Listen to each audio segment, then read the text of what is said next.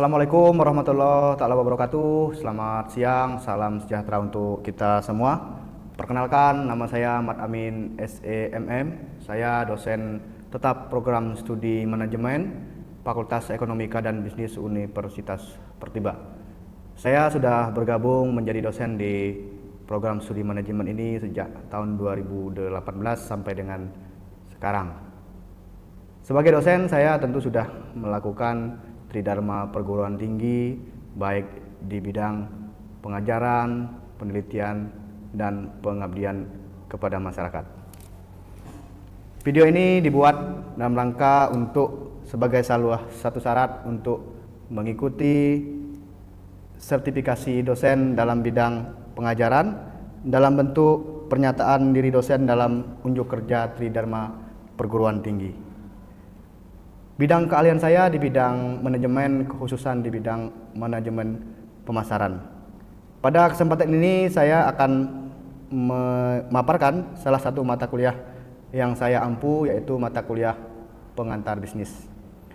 Yang pertama ada identitas mata kuliah, nama mata kuliah pengantar bisnis, kode mata kuliah MKK 204, bobot SKS 3 SKS pada semester 1. Mata kuliah ini merupakan mata kuliah yang wajib diambil oleh mahasiswa karena untuk mendukung profil lulusan dari program studi manajemen Universitas Pertiba. Deskripsi mata kuliah ini, mata kuliah pengantar bisnis disampaikan untuk memahami secara keseluruhan mengenai definisi yang berkaitan dengan bisnis, faktor yang mempengaruhi dalam menjalankan bisnis, serta strategi yang harus diterapkan pada setiap kondisi bisnis yang ada. Kemudian definisi pengantar bisnis ini juga memberikan pandangan, wawasan, dan cakrawala berpikir mahasiswa tentang bisnis dan ekonomi perusahaan. Kemudian menumbuh kembangkan jiwa kewirausahaan dan dalam menjalankan sebuah bisnis.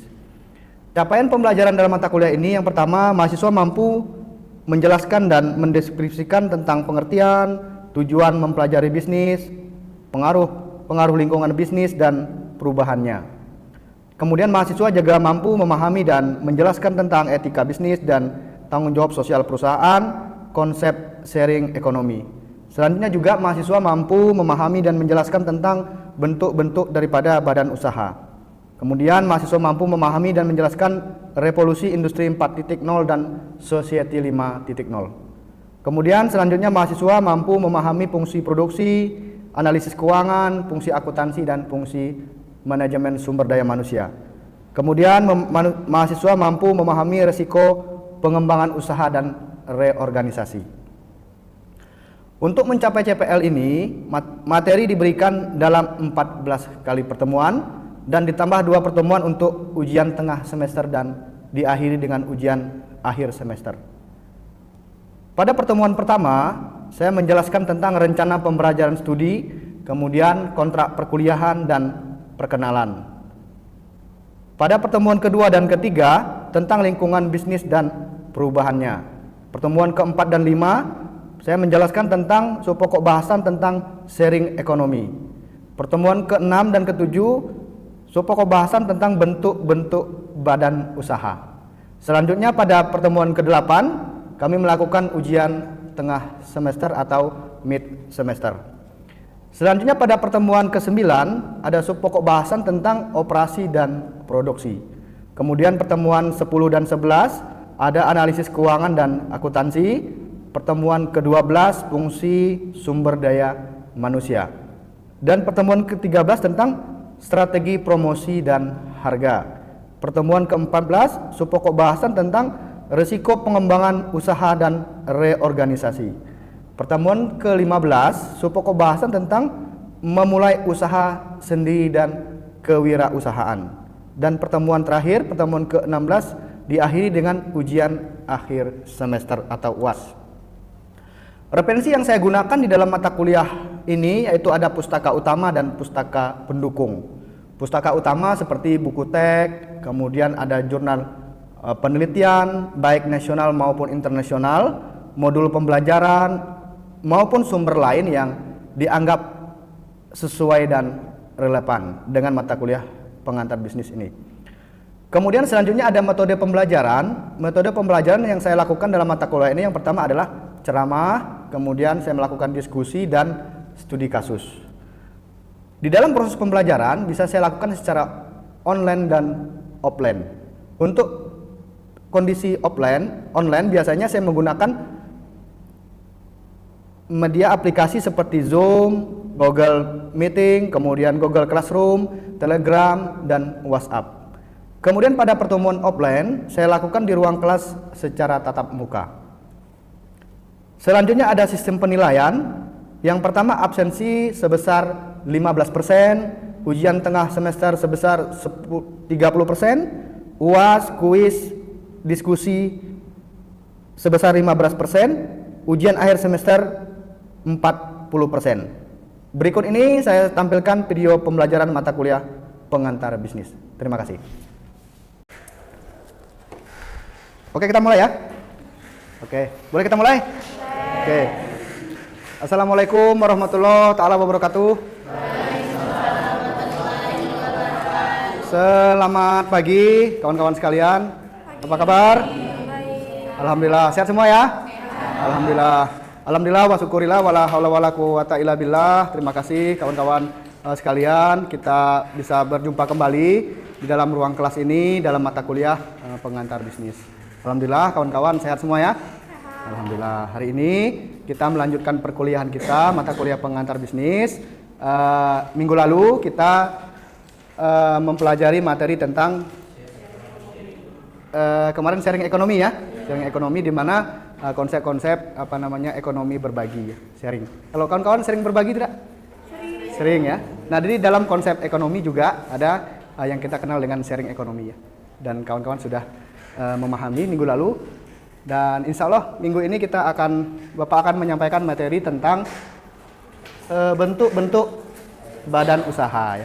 Jadi memang kalau di dalam bisnis kita harus mempunyai bentuk-bentuk usahanya.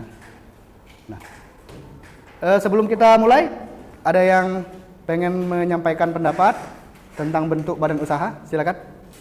Apa sih bentuk badan usaha itu? Kalau perusahaan perorangan masuk nggak badan usaha? Masuk ya. Kalau yang kita kenal dengan PT ya, perseroan terbatas ya.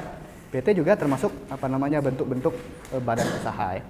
Jadi kalau kita pengen membuat suatu usaha harus ada punya bentuk usahanya.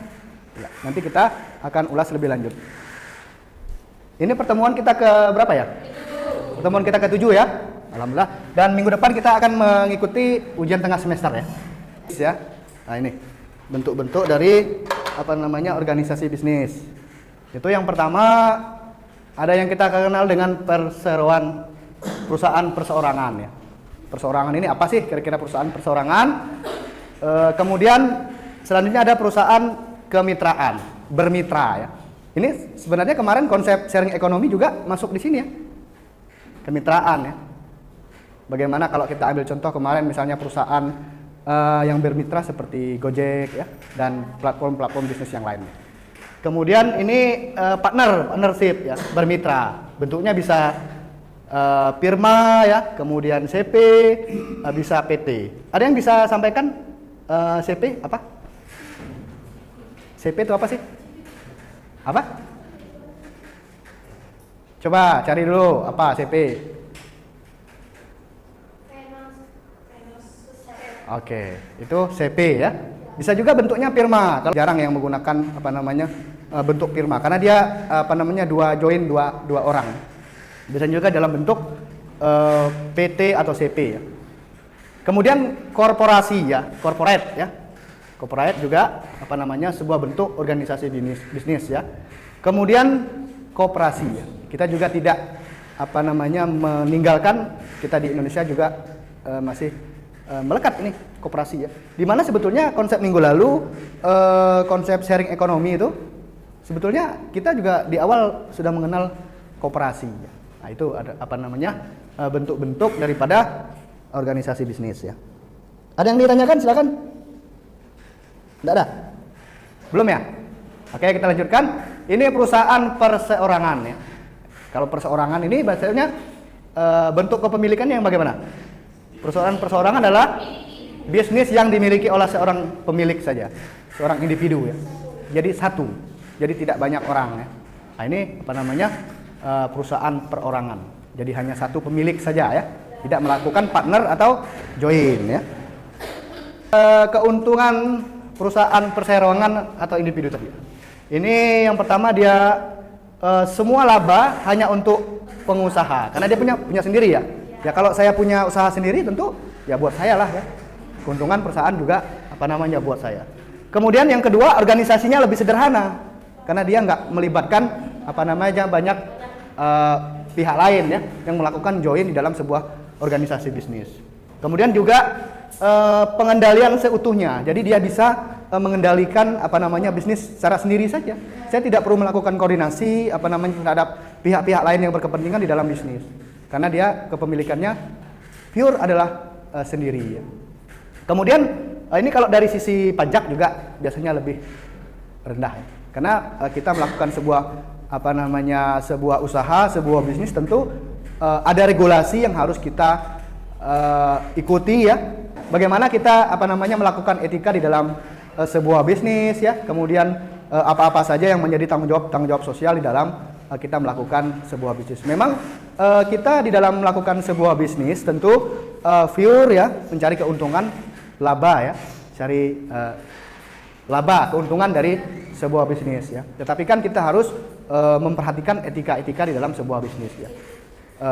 Dan juga ada tanggung jawab sosial perusahaan, baik dalam bentuk sosial, lingkungan, dan juga kita perhatikan juga banyak sekarang ekonomi apa namanya yang banyak berkonsep lingkungan, yang kita kenal dengan ekonomi hijau ya.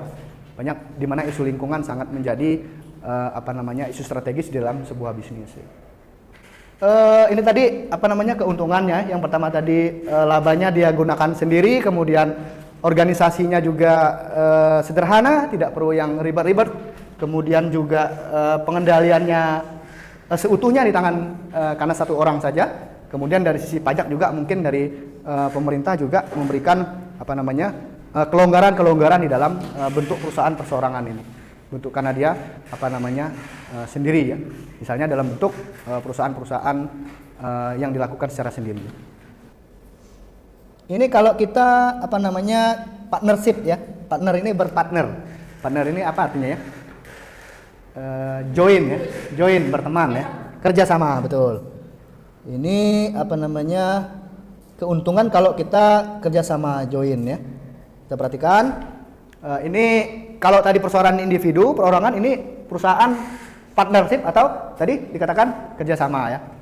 Ini dana tambahan. Kalau tadi dia dananya sendiri, kemudian kalau dia bergeser ke arah bentuk organisasi bisnis bentuknya partnership, kerjasama. Kerjasama ini bukan hanya satu dua orang tiga orang ya, bisa saja dalam apa namanya banyak orang ya dalam karena kerjasama kelompok ya itu. Ini dananya tidak terbatas karena dia bisa menghimpun dana permodal dari berbagai macam pihak. Dia tidak sendiri. Dananya ada dana tambahan ya. Kemudian ini yang menjadi salah satu hal yang penting juga di dalam sebuah aktivitas bisnis, dia kerugian ditanggung bersama. Nah, kalau tadi bagaimana kita melihat konsep apa namanya bisnis perseorangan, dia ditanggung tersendiri ya. Ini kerugian juga ditanggung bersama. Oke, kita bisnis join, tapi keuntungan kita tanggung bersama-sama, kerugian, risiko bisnis juga kita tanggung bersama-sama. Ya, ini juga adalah lebih ada spesialisasi, biasanya lebih apa namanya terfokus ya. Usahanya kalau lebih partnership. Tapi memang di sektor bisnis kerjasama partnership ini harus ada komitmen ya, komitmen apa namanya kepercayaan, trust antara pelaku-pelaku apa namanya usaha di dalam sebuah organisasi bisnis yang berbentuk partnership. Jadi dia harus ada komitmen bersama bahwa dia akan memajukan usaha bisnis ini secara bersama-sama. Tidak bisa ya kalau satu pihak misalnya dia hanya mengandalkan pihak lain, tidak bisa. Karena nanti kalau untung kita tanggung bersama, ya kalau rugi ya oke, kita tanggung bersama juga. Nggak fair dong kalau ditanggung sendiri kan. Namanya juga perusahaan partner kan. Apa namanya beda halnya dengan perusahaan perseorangan atau individu tadi kan. Kemudian kita lanjutkan ini tadi keuntungan kita bicara juga ada apa namanya kerugian ya. Nah ini berbagi pengendalian. Jadi dia nggak bisa pure mengendalikan bisnis secara sendiri, nggak bisa. Kamu mengendalikan sendiri, ngambil keputusan bisnis sendiri, kemudian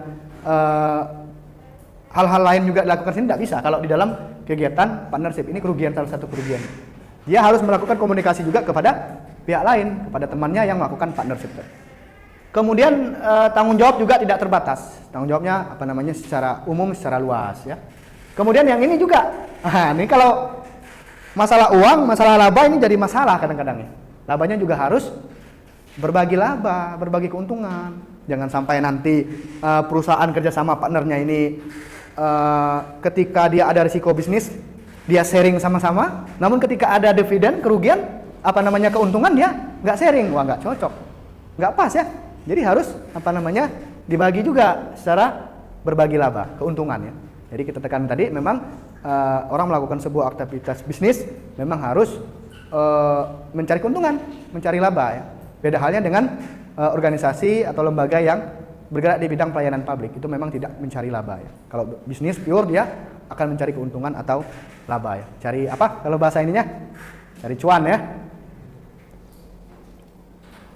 Ini korporasi ya, korporasi ini juga apa namanya kita ini keuntungan ya, keuntungan kalau korporasi, tanggung jawab terbatas, akses terhadap modal, kemudian transfer kepemilikan. Ini bentuk korporasi ya, corporate ya. Ini juga apa namanya di dalam perusahaan bentuk organisasi bisnis ya. Yang pertama tadi dia kalau corporate tanggung jawab terbatas, akses terhadap modal dan transfer kepemilikan ya. Ini ada kerugian korporasi ya. Korporasi ya. Ini biaya reorganisasi tinggi. Tinggi nih. Biaya reorganisasi. Kemudian adanya transparansi publik ya. Transparansi publik ini biasanya terkait dengan laporan keuangan. Kalau perusahaannya sudah go public, terbuka misalnya, dia menjual saham melalui Bursa Efek Indonesia misalnya, dia harus punya transparansi akuntansi, transparansi publik ya. Dia harus menyampaikan laporan keuangan secara terbuka ya, pada pemilik saham tadi ya. Kemudian juga masalah keagenan dan juga ini juga pajak yang tinggi ya. Biasanya juga karena dia bentuknya sudah corporate ya, terbuka juga biasanya dari regulasi perpajakan juga diatur sedemikian. Karena pajak ini kan merupakan satu sumber pendapatan negara. Kalau daerah, pendapatan daerah melalui retribusi biasanya. Kalau kawan-kawan misalnya pajak, apa kalau retribusi itu contohnya, kalau kawan-kawan pernah nggak makan di restoran, tiba-tiba kena cas ya, pajak ya, 10% ya. Kalau kawan-kawan misalnya makan 100.000 mungkin sama pajak jadi 110.000 ya. Nah, itu pajak untuk apa namanya makan dan minum. Perhotelan juga begitu dan dikelola oleh biasanya oleh apa namanya pemerintah daerah ya untuk pembangunan daerah. Kemudian BUMN ya. Ada yang tahu BUMN? Badan Usaha Milik Negara ya. Ini badan usaha yang sebagian besar sahamnya dimiliki oleh negara. Jadi negara juga bisa melakukan bisnis melalui badan usaha milik negara. Kawan-kawan bisa berikan contoh apa BUMN? Apa? PT Pos ya. Kemudian apa lagi? Apa? PLN ya, perusahaan listrik negara. Terus? Apa? Pelindo, perusahaan pelabuhan Indonesia. Oke. Kalau dari transportasi laut apa? Pelni ya. Pelni juga termasuk BUMN. Kemudian transportasi udara, maskapai milik pemerintah? Garuda Indonesia ya, bisa Garuda. KAI juga ya.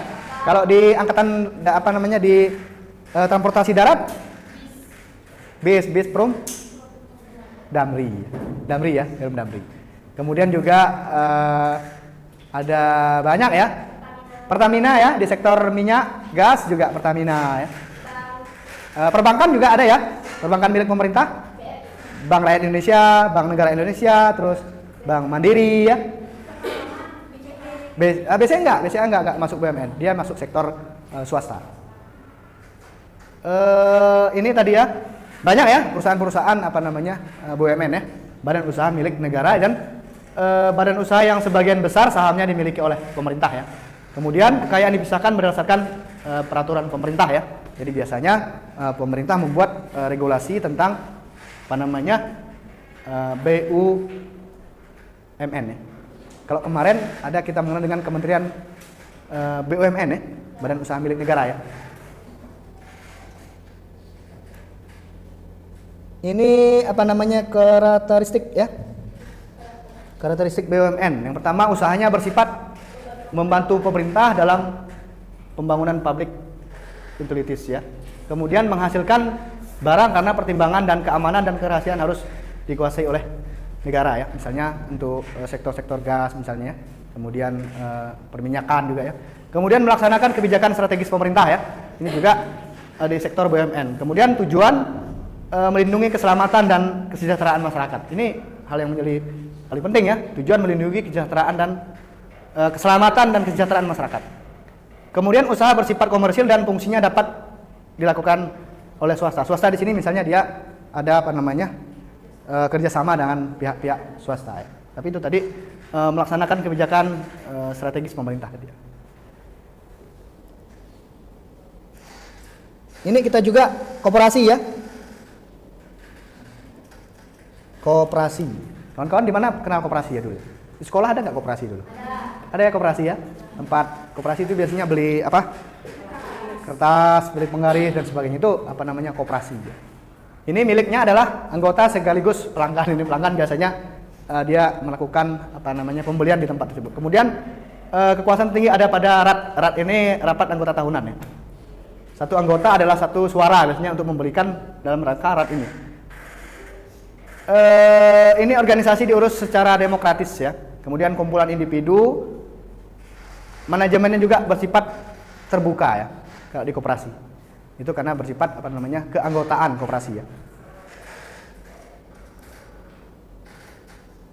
Ini sekarang kita ada pertimbangan-pertimbangannya. Kalau di dalam mengambil suatu tindakan keputusan tentu harus ada pertimbangan-pertimbangannya. Ini pertimbangan kalau kita di dalam memilih bentuk usaha ya. Pertama kita harus melihat kepemilikan. Kepemilikannya ini mau gimana nih? Mau individu, mau partner, atau bagaimana? Kemudian kita juga melihat organisasinya. Lainnya kita juga harus melihat modal. Jadi semakin besar organisasinya, juga nanti modalnya semakin tinggi ya. Dan juga kita juga harus melihat sektor pendapatan negara melalui pajak gitu ya. Itu apa namanya pertimbangan dalam membentuk badan usaha ya. Ini syarat-syarat perusahaan terbatas go public ya. Mendapatkan pada bursa efek ya. Kemudian ini kalau perusahaan-perusahaan sudah go public, dia harus mendaftarkan pada bursa efek ya, listing ya. Kemudian saham perdana, nilai public offering ya. Kemudian melakukan ini ya, corporate government ya. Mempublikasikan laporan keuangan secara berkala. Berkala ini dia, jadi setiap orang yang menanam saham, membeli saham melalui bursa saham tadi, dia harus melaporkan keuangan secara berkala supaya diketahui oleh publik maupun apa namanya pihak-pihak yang berkepentingan di dalam membeli saham tadi. Terima kasih. Ada diskusi? Silakan. Ada yang perlu ditanyakan? Mungkin ada diskusi atau apa? Ya.